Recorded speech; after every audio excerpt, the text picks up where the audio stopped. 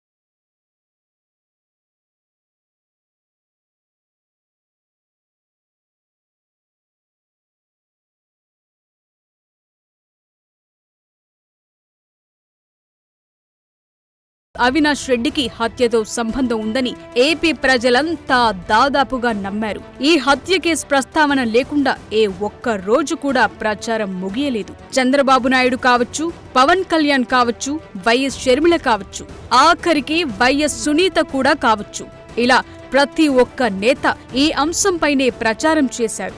అవినాష్ రెడ్డి నిందితుడు, ఆ నిందితుడికి సపోర్ట్ చేసిన జగన్ కూడా నిందితుడే అన్నట్టుగా ప్రచారం సాగింది.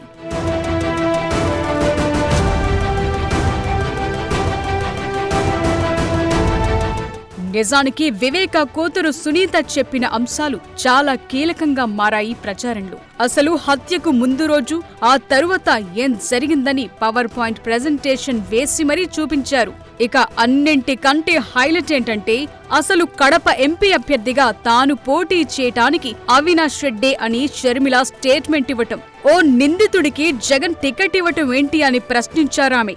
ఇది కూడా ప్రజల్లోకి గట్టిగానే వెళ్ళింది.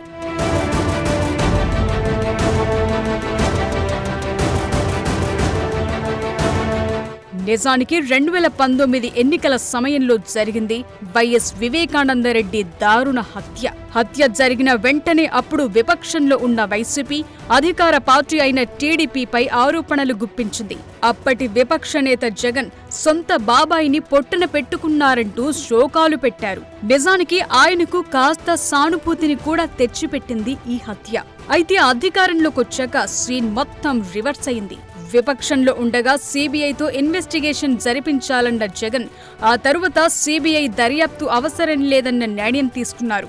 ఆ తరువాత వైఎస్ సునీత న్యాయ పోరాటం కారణంగా వివేకా హత్య కేసు సీబీఐ చేతికి వెళ్ళింది. ఇక అక్కడ్నుంచి సీన్ మొత్తం మారిపోయింది. ఇంటి దొంగలే వివేకా హత్య కేసులో కీలకంగా ఉన్నారని తేలింది. కడప లోక్సభ అభ్యర్థి విషయంలో వచ్చిన విభేదాలే వివేకా హత్యకు మోటివ్గా సీబీఐ దర్యాప్తు తేల్చింది. దీంతో చెల్లెలిద్దరూ అన్నపై సమరభేరి మోగించారు. నిజానికి ఇక్కడ పోరాటం సునీత ఒక్కరిదే అని చెప్పాలి. షర్మిల తన దుకాణాన్ని తెలంగాణ నుంచి ఏపీకి మార్చాక ఈ అంశాన్ని భుజానికెత్తుకున్నారు. అప్పటి వరకు ఆమె కూడా దీనిపై పెద్దగా స్పందించలేదు.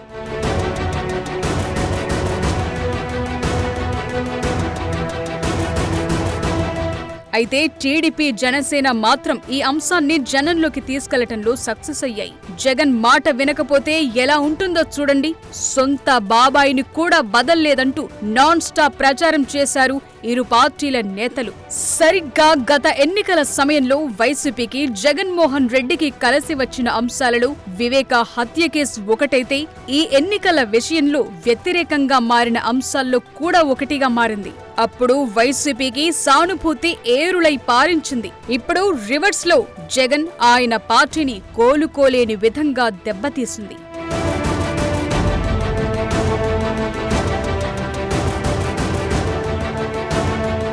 నిజానికి ఈ హత్య ఎవరు చేశారు, ఎవరు చేయించారు అనేది కోర్టులు డిసైడ్ చేస్తాయి. కానీ రాజకీయాల్లో చేసే ఆరోపణల్లో బలం ఎటువైపు ఉంటే ప్రజలు అదే నమ్మే ఛాన్స్ ఉంటుంది. ఆ లెక్కన ఈ కేసులో దాదాపు 5 ఏళ్ల విచారణ, అప్పటి నుండి జరిగిన పరిణామాలన్నీ కూడా వైసీపీకి వ్యతిరేకంగానే ఉన్నాయి. అందులో ప్రధానంగా సీఎం జగన్ కు మరో చిన్నన్న కొడుకైన ఎంపీ అవినాష్ ఈ కేసులో కీలక సూత్రధారిగా దర్యాప్తు సంస్థ సిబిఐ ఇప్పటికే తేల్చి చెప్పటం సీఎం జగన్ ను కోలుకోలేని దెబ్బతీసింది.